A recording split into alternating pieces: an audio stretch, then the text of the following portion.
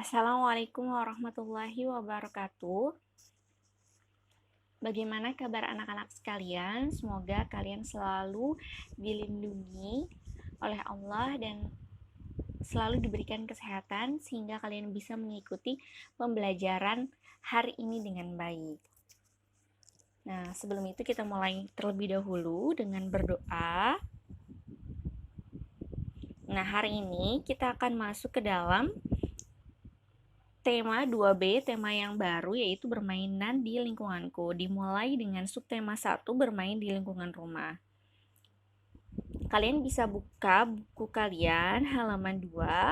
Nah, di halaman 2 ini terdapat 4 gambar.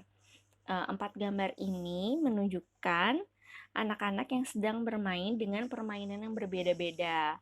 Nah, di sini ada pertanyaan.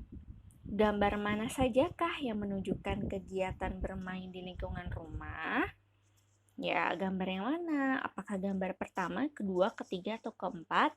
Nah, jawaban yang benar adalah gambar pertama dan gambar keempat. Di gambar pertama yaitu ada beberapa anak yang sedang bermain permainan tradisional. Begitu pula di gambar kedua. Nah, gambar permainan pertama, gambar pertama menunjukkan permainan apa ya? Nah, ternyata menunjukkan permainan gobak sodor atau galaksin. Ini adalah permainan tradisional. Juga terdapat anak-anak yang sedang bermain layangan. Lalu di gambar kedua ini ada anak-anak yang sedang bermain permainan karet dan bermain demprak. Ya. Jadi ini permainan-permainan tradisional yang biasanya dilakukan di lingkungan rumah. Seperti itu. Berikutnya, nah, tadi itu prolog ya, perkenalan. Nah, berikutnya adalah matematika di subtema 1 bermain di lingkungan rumah. Ini ada di pembelajaran 1 dan pembelajaran 2. Kalian bisa buka halaman 6. Ayo berhitung. Halaman 6, ayo berhitung. Nah, Nina dan Rara sedang bermain congklak. Sebelum bermain, Nina meletakkan biji congklak pada setiap lubang. Jadi sebelum permainan dimulai, Nina meletakkan biji congklak pada setiap lubang. Ingat ya, ada 3 lubang yang sudah diisi biji congklak. Lalu setiap lubang berisi 5 biji congklak. Berapa jumlah biji congklak pada ketiga lubang tersebut? Nah, jadi kita bisa asumsikan ini ada 3 lubang yang sudah diisi biji congklak. Ini lubang, 1 lubang, 2 lubang, dan ada 3 lubang. Lalu setiap lubang berisi 5 biji congklak. Ada 5 biji 1. Ada 5 biji 1, 2, 3, 4, 5. Ini juga ada 5. 1, 2, 3, 4, 5. Jadi setiap lubang ada 5 biji.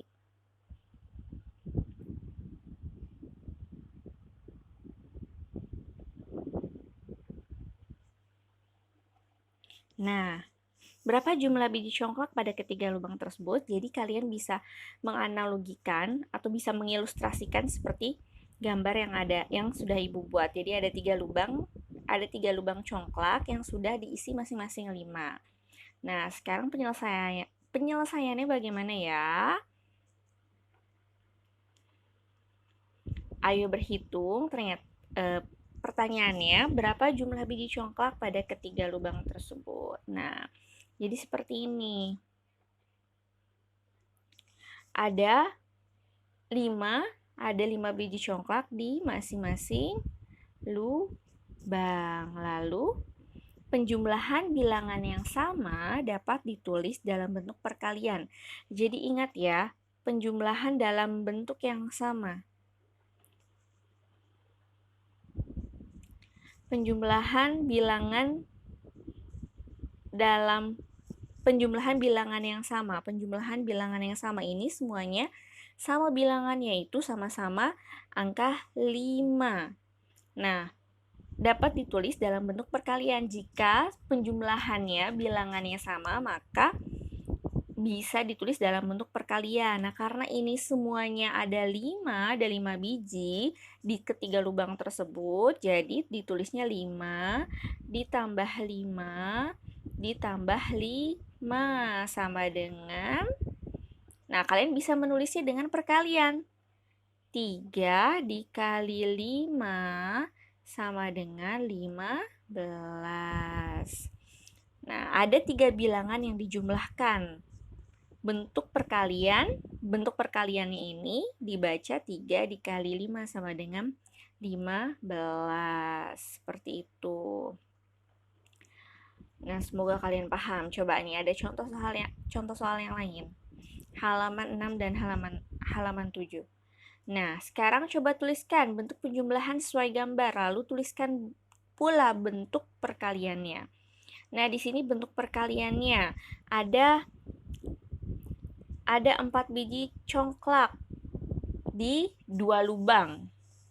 Ada 4 biji congklak di masing-masing lubang. Ada 2 lubang. Berarti bentuk perkaliannya 2 lubang dikali 4 biji congklak. Jadi hasilnya 8. Jadi 4 ditambah 4 ya, sama dengan 8. Itu sama seperti 2 dikali 4. Sama dengan 8. Jadi ingat, penjumlahan bilangan yang sama bisa disederhanakan menjadi perkalian. Nah, berikutnya lagi. Berikutnya.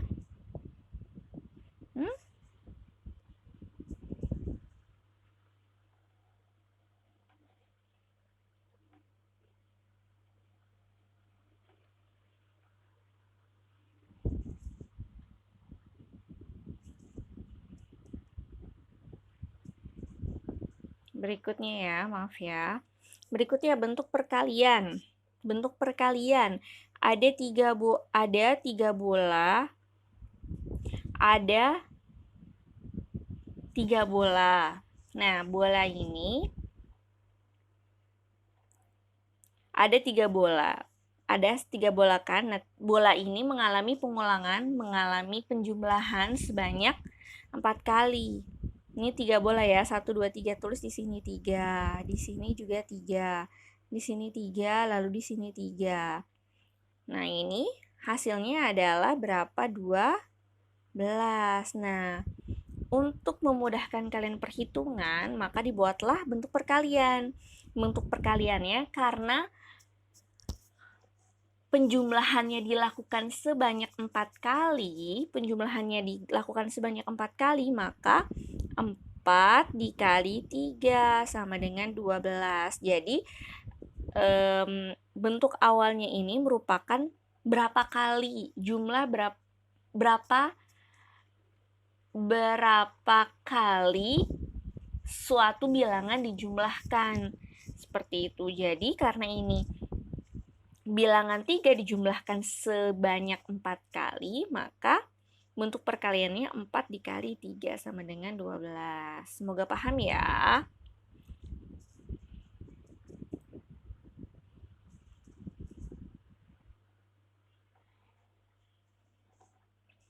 Nah, berikutnya adalah PPKN, bermain di lingkungan rumah. Ayo membaca. Di sini Nina dan Adi masih bermain lompat tali. Ternyata Adi belum lancar ketika melompat. Lalu Nina membantu Adi bermain lompat tali. Ketika bermain lompat tali, kamu tidak boleh menginjak tali. Hari sudah sore. Ibu meminta Nina dan Adi untuk segera mandi sore. Nina dan Adi pun mematuhi perintah ibu. Nah, bermain ini ada aturannya. Nah, kesimpulan yang kalian bisa tangkap dari teks bacaan di sini apa? Ayo. Kesimpulannya adalah bahwa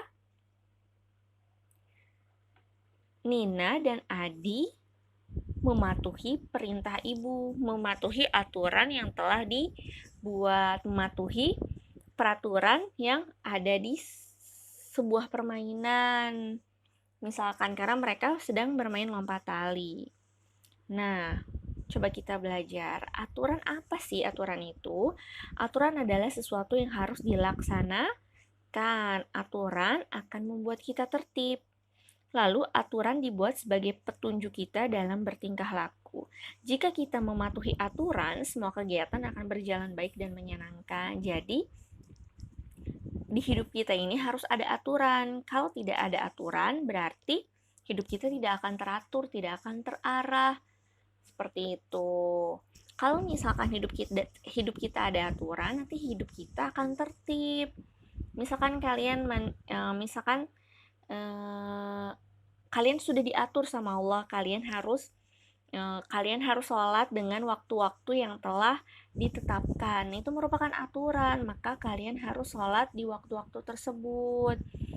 Nah, kalau misalkan kalian tidak diatur seperti itu, nanti kalian tidak tertib. Nah, itu salah satu contohnya.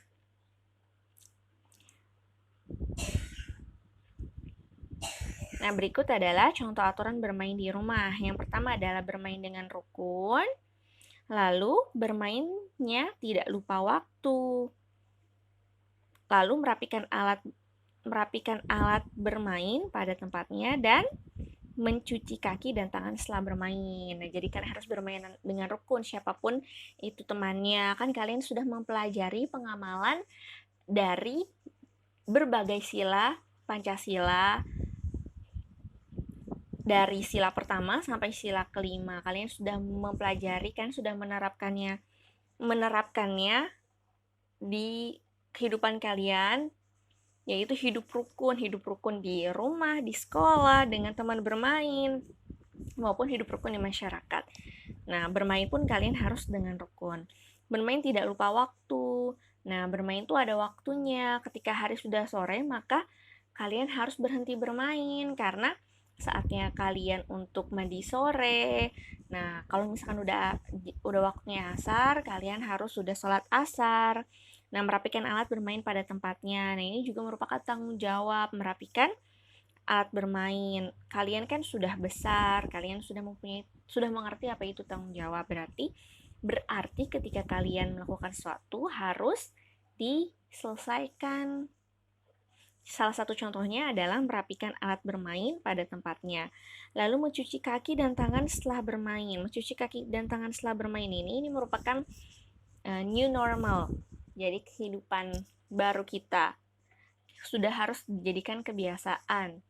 Sudah harus dijadikan kebiasaan ketika bermain dari luar, ketika dari luar rumah, aktivitas luar rumah, kalian diharuskan mencuci kaki dan tangan setelah melakukan kegiatan tersebut. Tangan yang lebih penting karena dengan mencuci tangan semua kuman insya Allah akan mati. Nah, seperti itu.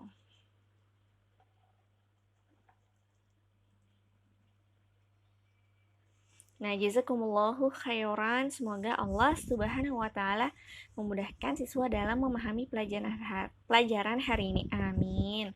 Wassalamualaikum warahmatullahi wabarakatuh.